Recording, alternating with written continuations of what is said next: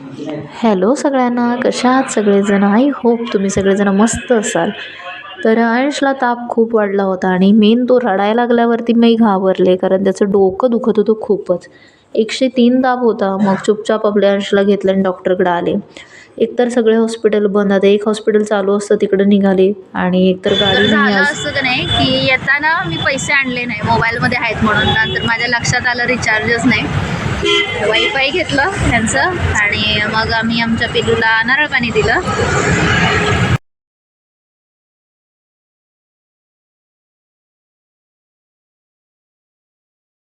चुकले रस्ता, खरं सांगायचं तर खूप पुढं गेले पार आणि हॉस्पिटल सापडलं नाही. त्यात रिचार्ज संपलाय, त्यामुळं नेट चालत नव्हतं. हा, आत्ताशी पोचली, आता जवळ आलंय हॉस्पिटल. किती हा सापडलं ना, नाही बंद झालं, चालू आहे हॉस्पिटल. तर हा चालायला मागत नव्हता रे, तर उचलून याला घेऊन वैताग आलाच. गाडी येणं खूप गरजेचं आहे.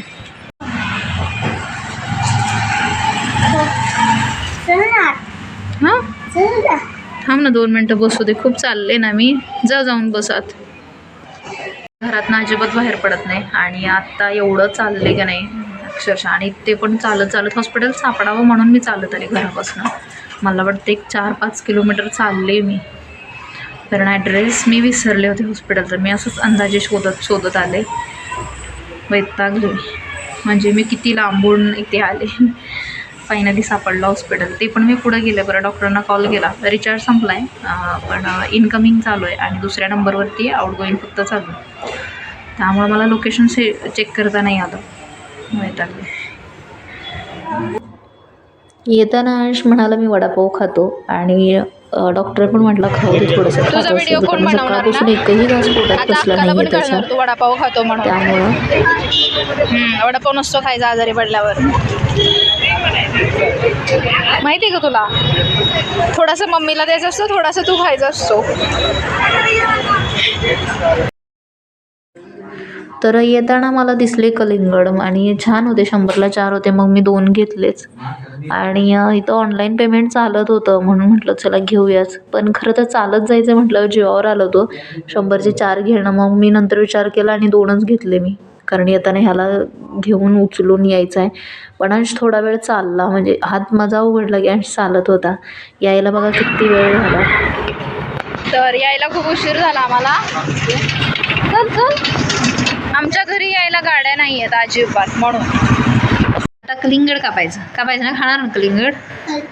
अंशू कलिंगड म्हणजे काय सांगा ती? हां गुड, चांगलं आहे. आणि वॉटरमेलन म्हणजे काय? परी झोपली. तर या मॅडमची अंशला ॲलर्जी होती, त्यामुळं सारखा ताप येतोय. त्या मॅडमला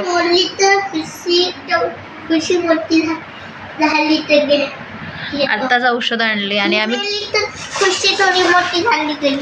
तुला माहिती आहे का मेली म्हणजे काय? काय मेली म्हणजे तू सांग ना. मेली म्हणजे ती मोर्याच्या घरी जाते आणि ती परत येत नाही. कधी येणार नाही ती, येत नाही परत मोर्याच्या घरी गेल्यावर. कधी येणार आहे? हा बघितलं तुम्ही सगळ्यांनी. ह्याला मेली म्हणजे काय माहीत नाही. फक्त एकदा आमच्या जाऊबाईंच्या भावाने सांगितले की आमची परी मेली पहिलीवाली, तर तेव्हापासून हा तेवढ्यावरच चाललाय. ते हँडवॉशचं पावडर आहे, आपण ट्राय करायला आणलंय.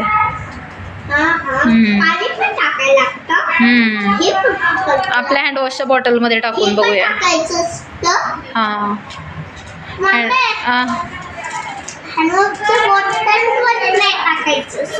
नाही, त्याच्यात अजून आहे हँडवॉश आपलंवालं. हां हां, हे कमी पैशांचं पण होतं आणि नवीन काहीतरी होतं ना. हां, ह्याचे प्रश्नच संपत नाही. 10 रुपीजचं आहे ते. नमस्कार सगळ्यांना, कसे आहात? आय होप तुम्ही सगळेजण मस्त मजेत असाल. तर आज अंशला घेऊन गेलो ते हॉस्पिटलला खूप दिवसानंतर, म्हणजे मला वाटतं कमीत कमी 15 दिवसानंतर मी आज सुट्टी घेतली असेल.